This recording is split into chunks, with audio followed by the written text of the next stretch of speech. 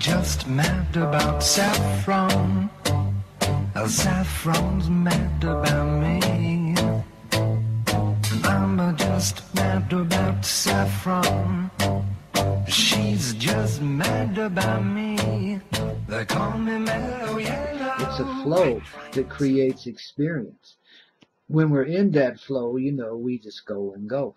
I love the flow. Yeah. I love the flow between you and I. This is creating some new energy on this earth. Exactly. Yeah. So, one can sit back and talk about, something amazing has just happened, a huge light has been unleashed on the planet. And with that, the shadow has come up, just as the story you told. And I can either focus on the shadow and get really upset and lose steam and get flattened, or, here I am, I'm going to talk to you this show and moving forward in love and trust. And that takes courage, and that's what the heart, the heart is not just, some emotional romantic thing. It's so much more. It is this energy of courage to say, okay, I'll take a pause if I need to. And there's nothing to achieve anyways. We already are that which we wish to become. It's just that we've forgotten. Yes. And so within that, it doesn't mean lying in bed all day, though you might. It is just, as you say, when it becomes organic and moment-to-moment flow, then there's nothing to worry about. And if one creation doesn't go the way we would like it to, because the mind has all kinds of ideas around that, then we can just, like children, they have such a good time kicking that sandcastle at the end of the day that they spend hours, building. and they see the joy in that. It's just so sweet. And then the next day they start again on another painting or whatever. Yeah, each breath is like that. Each breath is a new beginning. Each step is a new day, a new dawn. I mean, that's the reality of life. The journey is never over. It never ends. We're always just beginning. Always. It's the beautiful thing. That's the magic of children, because they understand that, though I doubt they could well, some of these could now, but beforehand, most kids couldn't explain that to you, but they do. They just live right there where they need to be. Don't worry about, too much ahead and behind, unless their parents are teaching them already to do that. But for the most part, not. They, they just got that beginning thing going on. That's the heaven on earth energy. It's not like, when we reach the 7th, 8th, 25th dimension, all that new age jargon can also be very mental. Where am I? She's ahead of me, he's ahead of me, that teacher is, on a pedestal, I'll never reach that place. None of this, even the spirituality of the now moment is shifting. Whatever we know, how much ever we learn, there are now Lama lifestyles, Egyptian priestess lifestyles, whatever it was, it's all happening simultaneously right now. But these are baby steps in this new frequency, because this sort of experiment has never happened in the whole of the multiverses before. No. Where 7 billion beings are going to achieve this unity consciousness and ascend with a planet on Earth, not zooming off into some other space, but within that, opening their multidimensional eyes to their multidimensional being.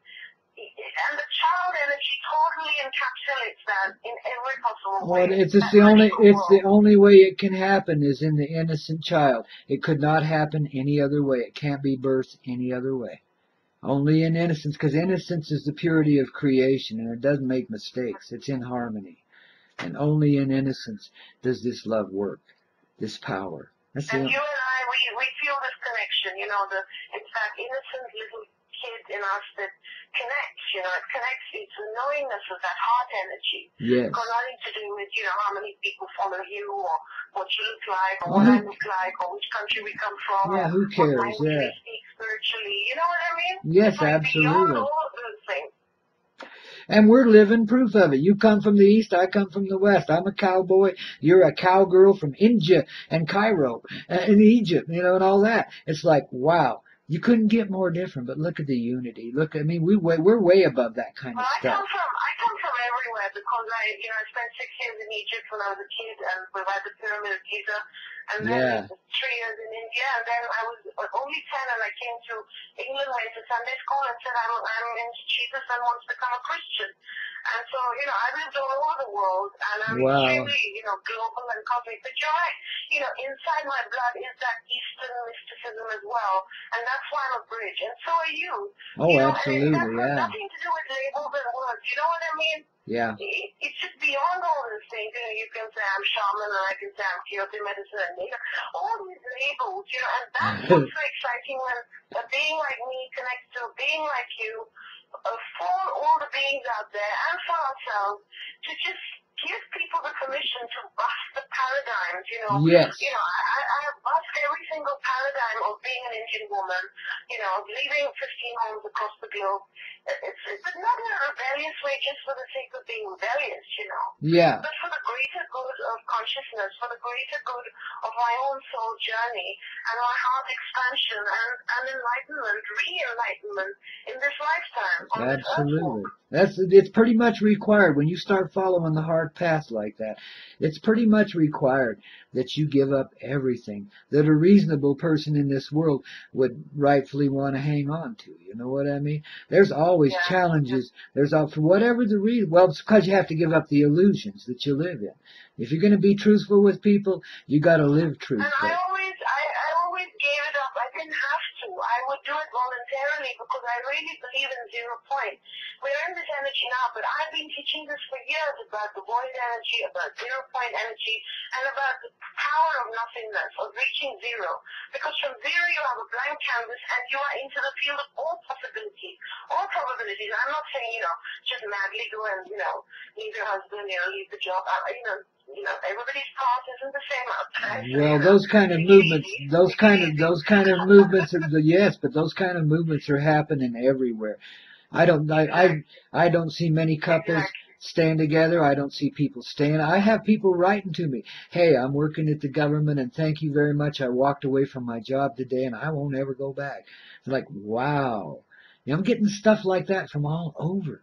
You know, people are doing it. They're moving. They're following the flow of the heart. And sometimes, just like we were talking, you know, how we've had to sacrifice in this world, it seems, but it's not really, because we do it in love. So you don't sacrifice anything. But at the same time, a lot of people are coming together. Yeah. A lot of people are coming together.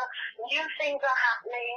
You know, 99% of what I do in the last 7 years, you know, I had second-grade invasive breast cancer. I chose to become a wounded healer because I didn't understand physical pain. I was helping heal people as a psychic surgeon, etc., of cancer and so on. Then, you know, the doctor got sick.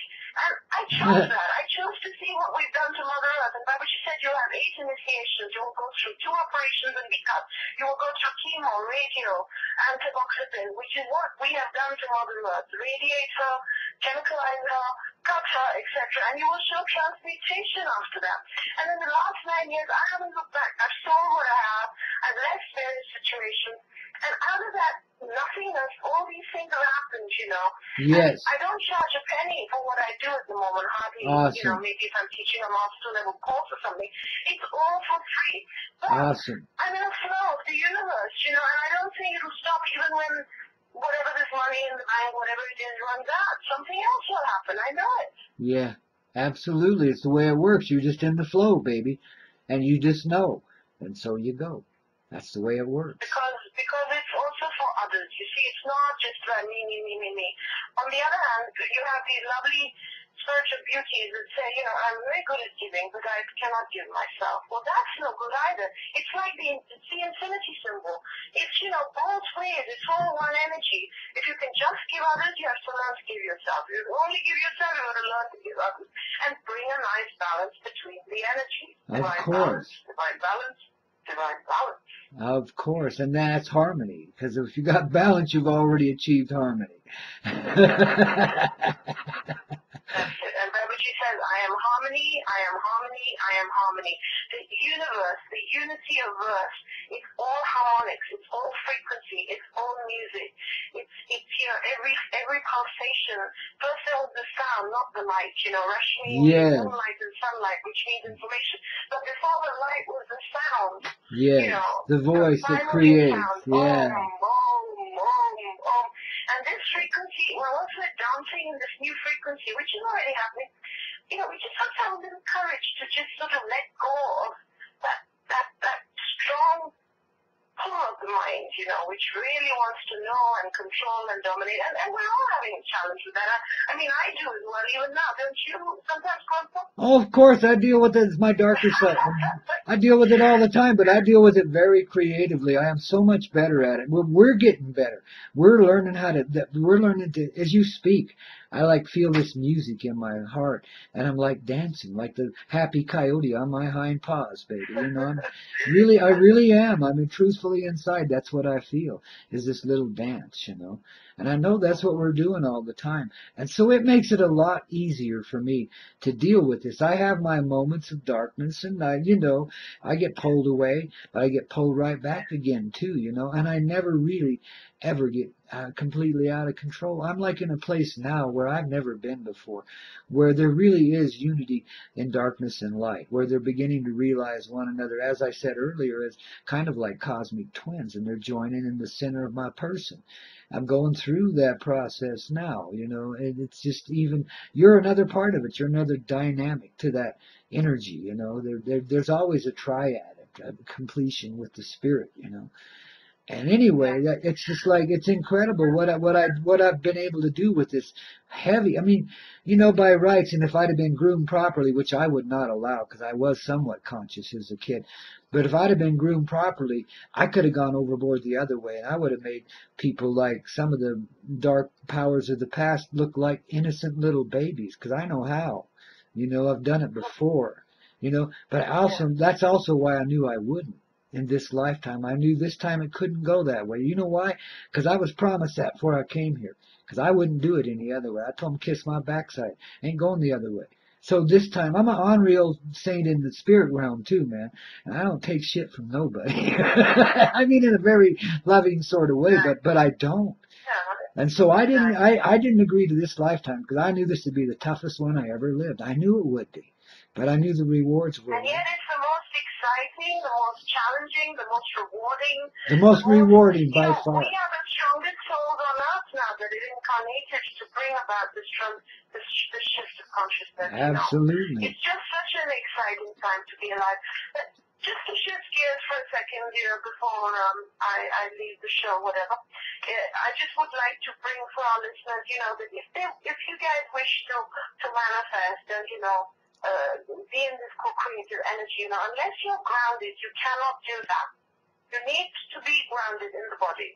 Whether it's money, I don't have money, I don't have time, I don't have self-love, whatever it is, lack, which is still a huge issue on this planet. It's like, unless we are grounded in the body and connected to Earth and connected to nature, we cannot manifest anything. That's true. That's true. We can't, no. And it takes a rooting in the nature. That's why I'm always advocating getting out in nature and leaning against a tree and just closing your eyes and letting yourself be nature. Understand the nature of your root. You'll find a root going from your heart all the way to the center of the earth that includes all the life around you. You're rooted through that life, and that life's rooted through you. That's the root you're talking about. It's right into the Mother Earth's heart, Gaia. And so every time you feel a lack, guys, just say it 3 times. Invoke the archetypal energy. All archetypal energies are the primordial energies of the universe. You are made of these energies. So invoke within yourself 3 times so quickly. Earth, earth, earth. Yeah. When you do that, you are invoking the energy of money or time or love or whatever it is you are lacking. The second element of this is deserving. All that imprinting that made us wrong and bad and lacking in innocence, as Grandpa said, we have to come back to that innocence, that we deserve the very best in life. And that the very best in life, and that doesn't have to be big castles with lots of gold, it can be something very simple, comes to us easily, effortlessly, and harmoniously. Yes. Right? Yes. So we have to access deserving and heal the part that feels undeserving or uninnocent or whatever that is. And then that brings us to self-love and self-esteem. So, I've seen, even people like Whitney Houston, she had it all, but she died in a bathtub, extremely unhappy. And she would say to Kevin Costner, am I really beautiful? Can't you see you are? And she didn't know that. She didn't know that. And nor did Michael Jackson. So it doesn't matter what you have on the outside until you feel it on the inside, this self-love, this self-esteem. Yeah. It doesn't mean anything. So now we come to the question of how do you access that self-love and that self-esteem? Grandpa will show that to you now. Well, you just got to realize what's inside your heart. It is like every day here on the Coyote Medicine Show. We share a little love. We share a little love that helps. We radiate love here from 9,000 feet high in the Rocky Mountain sky, here on the spaceship Love. Oh, yes, we do. But see, what that does, that reaches out and touches you and gives you access to your heart's energies that you may not have been conscious of before or aware of, or if you already are, it takes you to another level. It's a joining. It's a union. It's a unification of your heart and mind, all of us together as one consciousness, a collective. You see, and when you begin to realize yourself in this nature, in this way, you automatically give to yourself. You automatically allow for yourself the graciousness that you've always wanted to get from others. You finally allow it in yourself first and foremost, because you finally feel good about yourself, and you start to give rise to contentment, which is an unusual feeling in this world. It's very rare, believe it or not. It's a moment. It's a sigh. It's hardly all anybody's ever been able to retain up until now. Now we have the opportunity to live in it. But it's simply by giving yourself the time, the space, the energy, the place where you can begin to realize all this. It'll come to you automatically if you just inside invite it. Just close your eyes. I don't care if you're out in nature or in your bedroom or in your bathroom.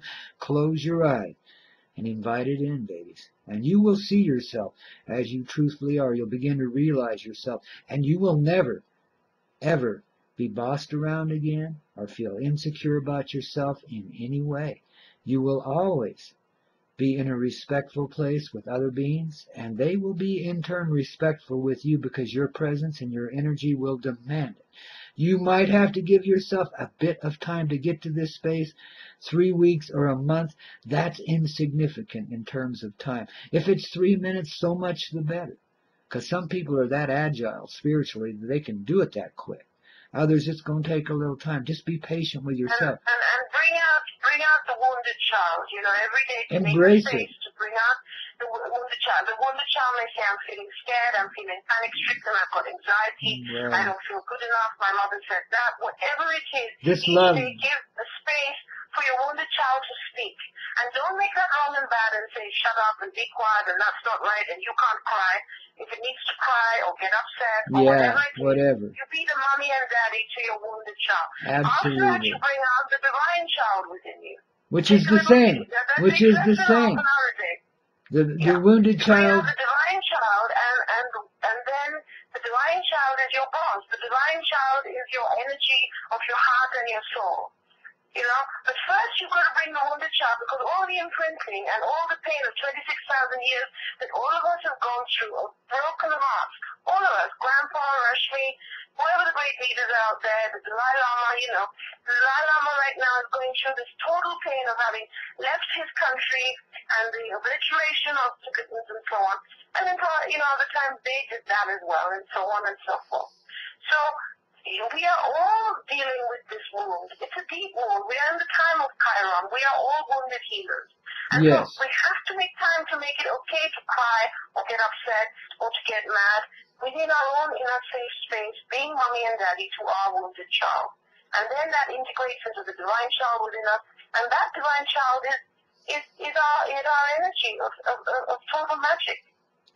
Yes, it already indeed. is total love. Indeed it is, and you can love yourself for everything. I remember, not just recent times, I went through a moment where I realized I relived some of the real agonizing deaths that I'd been through, and it brought me back to life. I was able to embrace that and forgive myself for being so foolish as to allow that to happen and so forth. I'd held a lot of judgment on myself through the centuries. You know, I hadn't even realized it till then. But I had to go there, face it, and embrace it. Love the wound, as you say. Love. But then you find out. Healing is feeling, you know. Yes, and Grandpa, when you absolutely. say that you had to forgive those lifetimes because you were foolish, the truth is that the soul never dies, is never born, is not wetted. That is in the Shastras, in the Vedas. Yes. You know, the many beings that meditated. And so the thing is that the soul is just like a Shakespeare, actor. And so one time it chooses blindness, another time it chooses to be the murderer, etc. So on soul level, when you look down when you die, you check, what did you come to experience in that lifetime? And how could you have experienced it better? And then you may come back another time to re-experience it. So on soul level, actually everything is neutral. Well, then you're going to say, well, how can you justify things like Hitler? We needed the experience of that heartlessness, of that coldness. We talk about dark. That's about as dark as it ever got in this world. That's the worst war we ever fought. That was the most insane thing. The worst one was the British when they came to India and they divided us. At the last second, they put a line between the countries. Yeah. The partition caused more death than the Holocaust. People, my mother left, they had to run for their lives on both sides of the border because that's what. Maybe that's why you live in London. You're learning to absolve the heart of Mary Old from all the. I live in London because I'm a brown English woman, and the truth is that none of us are any one thing. So I might have been Indian in this lifetime by birth, but by my culture, my upbringing, I'm very British. I only learned to speak my own language very recently, etc. I've written spiritual books about my spirituality, but if my father was alive today, he would be so proud because he felt he didn't teach us those things because they were so international.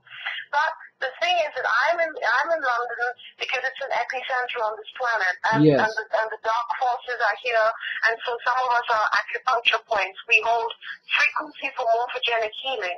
And sometimes I get sent to the heart of Delhi, I get sent to the heart of Washington, I got sent for years to America to help shift morphogenic consciousness. And because I carry this heart frequency since I was born. But also to teach the British people to feel their feelings because they don't know how to do that. And to begin to bring an end of Western imperialism, of which America and England are a huge part of dividing and conquering and currently causing war all across the globe. Absolutely. And to realize in past lives, I've been American, I've been British as well. I've also been an imperialist myself in other lifetimes, probably. Yeah. So you see, there is always a bigger picture, and we have to create bridges rather than say this is wrong and bad. Of course, imperialism is bad. Of course, what the British did in India is bad. But the truth is, the British and Indians love each other today. There was racism in England many years ago when I was a kid. There was a little bit. Now it doesn't exist. London is the global village of the planet. It's a very important epicenter. Yes, and you're definitely there to counter some energies. Absolutely, yes. So none of it is a coincidence, and then you get sent to different places. But the truth is, no matter where we are, whether we're in the mountains of Colorado, I have to hold frequency of meditative energy in very urban environments. I call myself like an urban shaman. It's not easy. It's much easier if I was sitting in a monastery in Tibet. But I have to hold those frequencies here, and I have to mean what? I chose this. My soul chose this. My mother thinks I'm nuts, It's like, why can't you just enjoy your comfortable life with all these, why did you leave the kingdom of 15 homes and a comfortable life and a husband who adored you, etc. But, I chose not to have children in this lifetime because, again, I knew that I would hold these divine mother frequencies for people wherever I went, whatever I did. And that doesn't mean I'm a seminar leader and I do workshops, because all those energies are also going to recede on this planet.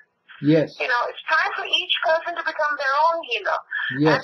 And people like Grandpa and I hold a light.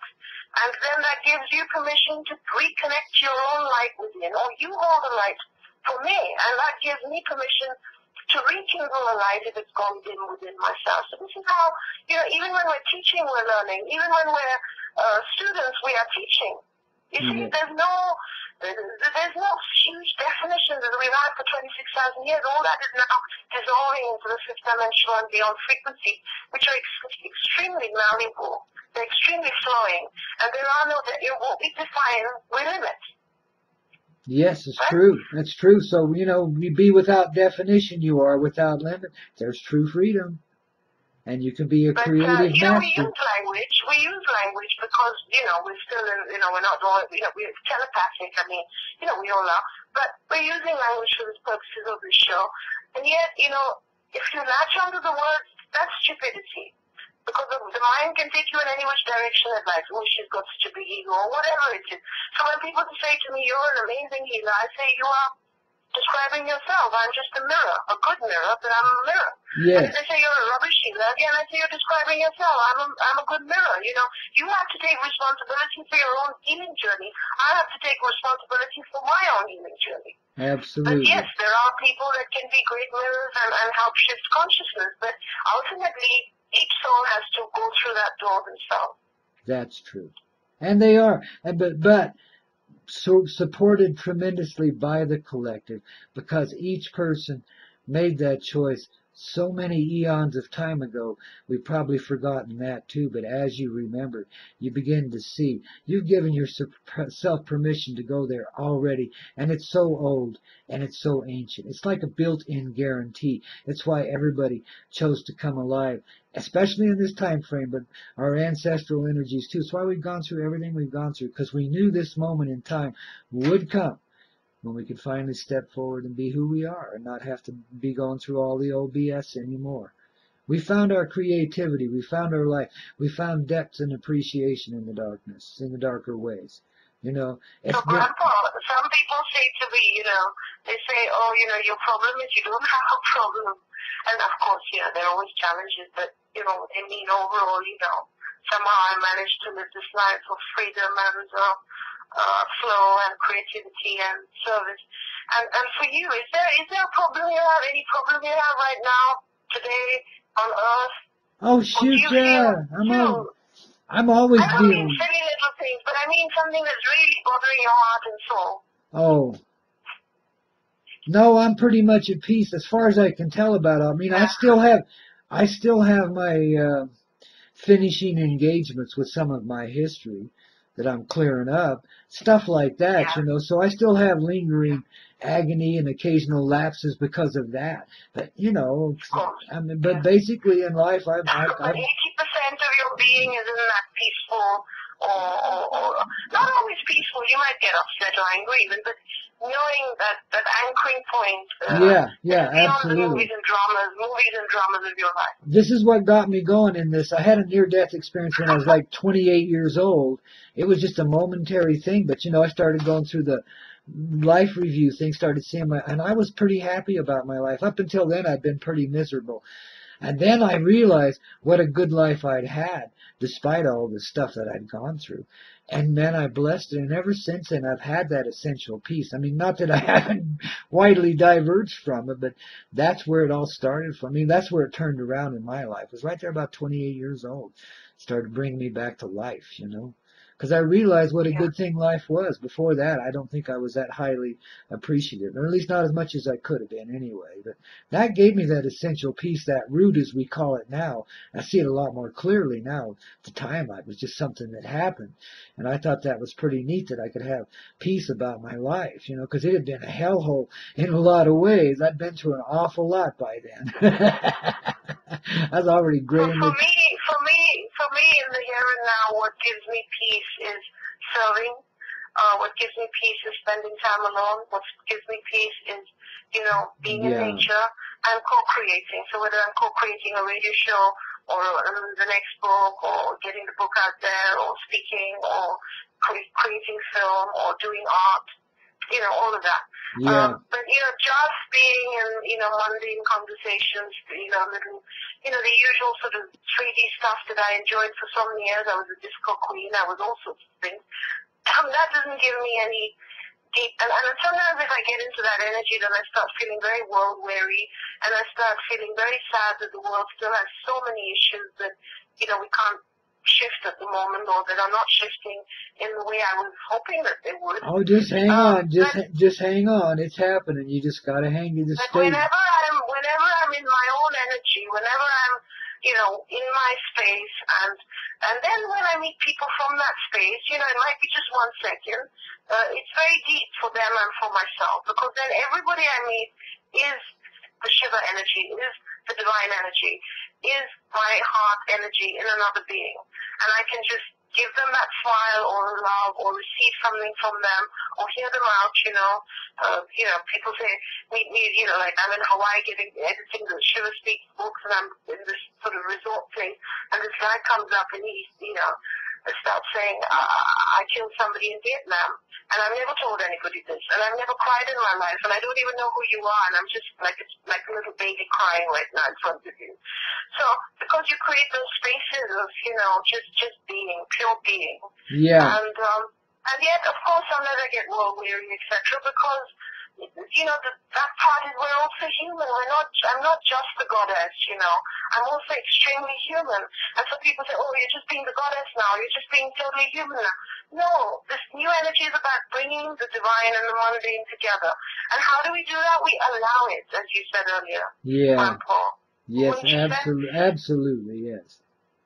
You just allow it. It happens. It's our natural state. It's the natural flow. If we start, just become aware of the mind that wants to push and pull and make happen and put it into that box and that box and that definition. Because, when people try and define myself, for example, I just said, don't try and do that. I'm a cosmic intergalactic and ultimately I'm nothing. I'm no one.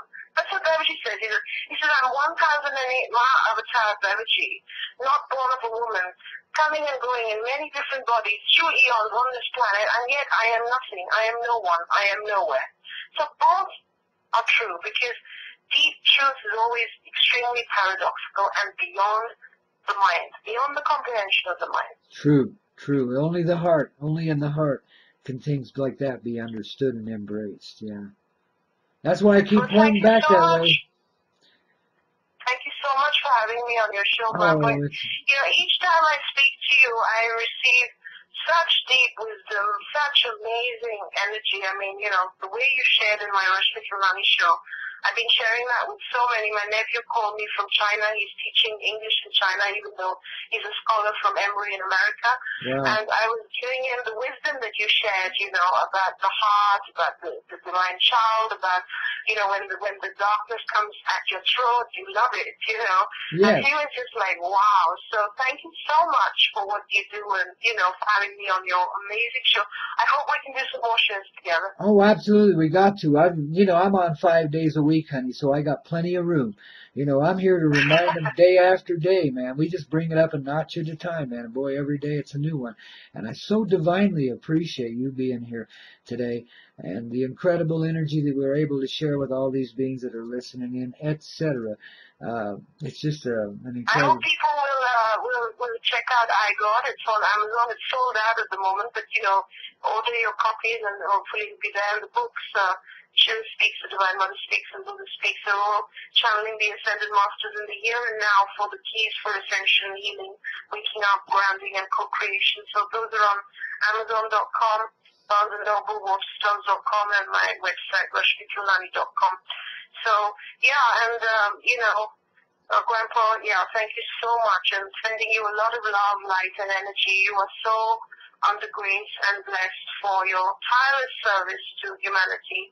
Really, I pray for more beings like you to now wake up to this energy on this planet.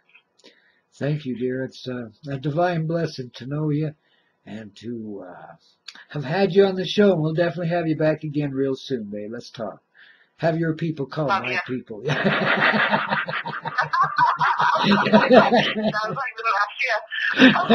Love you, Grandpa. Love to all our listeners, and a big hello from London. Take care. Right. Bye. And thank you so much, and baby, lots of love to you, and a big old hug, and we'll see you again here real soon, baby.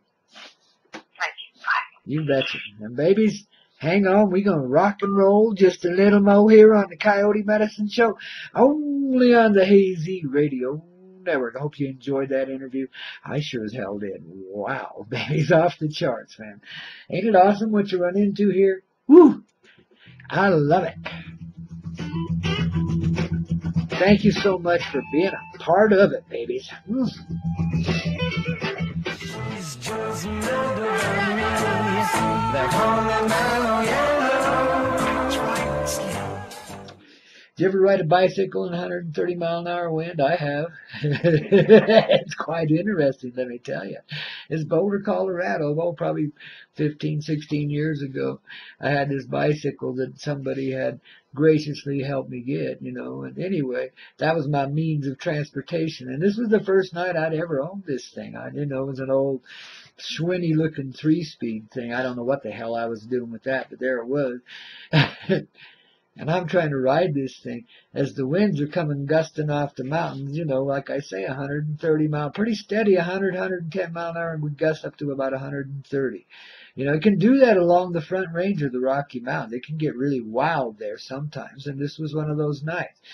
It's clear, it wasn't rainy or anything. It was just blowing like hell, off of those mountains, man, blowing east, due east, harshly due east. Fortunately, I was headed southeast that night, and instead of being like on the city streets, they have these bike paths that kind of wind around in the backwoods of the residential neighborhoods and down along the freeways. And anyway, they'll get you there without having to put you in traffic. But it's pretty dark there at night.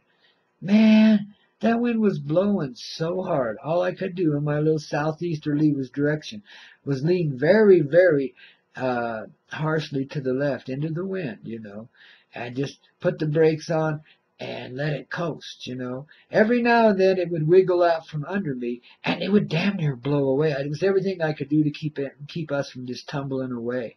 Wow, it's quite the deal, man.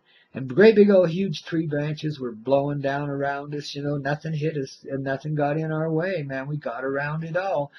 And I had to go like 5 miles like this cross town, from one extreme end to the other extreme end, kind of, So I rode the whole of the diagonal of the town, man. Boy, and the two or three times I turned into the wind, same thing. It just ripped that bike right out from underneath me. There was no way.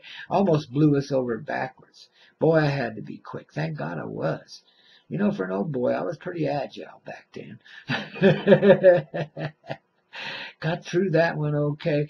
Got down to the place where I was going to stay and headed up the driveway.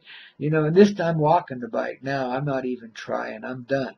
I'm worn out anyway from all of this harrowing experience and relieved to be there. And wham, bam, this loud, thunderous noise comes, and this fence falls down across the street from me there, and this trampoline comes flying out of the backyard, big old 16, 20-foot trampoline, comes flying out of the backyard and wraps itself around a telephone pole right behind me there, or a power pole right behind me there, It was maybe 20, 30 feet, maybe 50, well, it was not that far away, about maybe 30 feet, man, shit. It's unbelievable, man. That was close, but thank goodness close, because a miss is good as a mile, right? And I got a smile on my face, and I said, thank goodness angels. I love you guys sincerely, and I don't think I'd have made it step through that windstorm. And I was a damn fool to even try. I should have just holed up somewhere over on that end of town, done a little couch surfing. That's what I typically do anyway. But anyway, there we go, another adventurous coyote tale to tell, just because you couldn't stay put. I had to, go from one place to the other despite the weather, Had to test the presence of my angels, I guess. I do that a lot, Sometimes I got this stubborn streak, and it'll make me do things that I shouldn't do, like that, just because I'm a little stubborn, a little thick-headed, and, if I think I gotta be someplace, well, I'm gonna do what I can to get there, no matter what the weather is. But now, it's kind of funny, because when I was trucking, I get the stuff there, but boy, I'd do it safely. I really would. I'd watch too many guys die out there for carrying on when they knew they shouldn't, You get into conditions that are horrendous, you just want to wait it out and just let it blow over. It's far easier to go the next day and pick your way through the wrecks. It really is, than it is to travel that night and become one of those wrecks, because you can't see anything. You're going to drive right into an accident. If something's sitting in front of you, bam, you got it. 18 wheels and 80,000 pounds, babies. That I have respect for. That's far different thing. Isn't that funny? So there you are, living that life that you used to do, and here you are now living this life that you are doing, and you take more chances than you ever did trucking. Yet you'd have more close encounters trucking than you ever did just moving around. Moments like that with, trying moments like that were rare when I was just moving around on foot and so forth in this reality. It just didn't happen as much, hardly ever really. And when it did, it was usually some little blessed moment of connection that needed to happen for a different reason. And so it just did. Love does that. It just walks right in the door in every moment that you live. If you're paying attention. If you're living it from the conscious heart, the presence of that conscious heart. Right now, maybe you're seeing it in hindsight. Well, that's beautiful. If you can unwind a little the past that way, it helps you get on in the present time, man, and discharge any feelings of unworthiness or whatever may be going on, anxiousness, fear, any of those. It can allow you to discharge that just by settling with some of those past experiences, seeing the thread of love that flew through, boy, I'm getting tumble-tied now, man, through even the most trying of moments in your life, when you really have thinking yourself to be a victim, greatly sacrificed to the cause of death and all that shit. You know what I mean? It's like even ugly moments like that have a pure intent within them that carries you through that moment. And a lot of times in this lifetime, you receive of such moments because you have this ability to process such trauma in a way that others aren't quite as strong to be able to do. So you do it kind of more or less for them. Their energy, of course, is with you, because everyone's in this together, and you take on a part. Well, you're a specialist. We all do this. We're a specialist in one way or another here, each and every one of us. And as this divine consciousness reveals itself, we'll be amazed at what we truthfully are, what our gifts really are, and how we've employed them so creatively already, no matter what our seeming occupation may be in this moment of time. Hell, you might be a dishwasher that, brings in boatloads of divine angels at just the right moment in time or something, or one that just happens to put their finger in the dike at just the right moment and keeps the whole thing from bursting away. Shit like that happens, babies. You never know.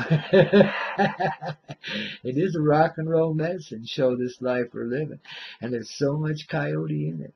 So much blessed coyote, beautiful coyote, loving coyote. The joke's on us, don't you see? And we love living it that way.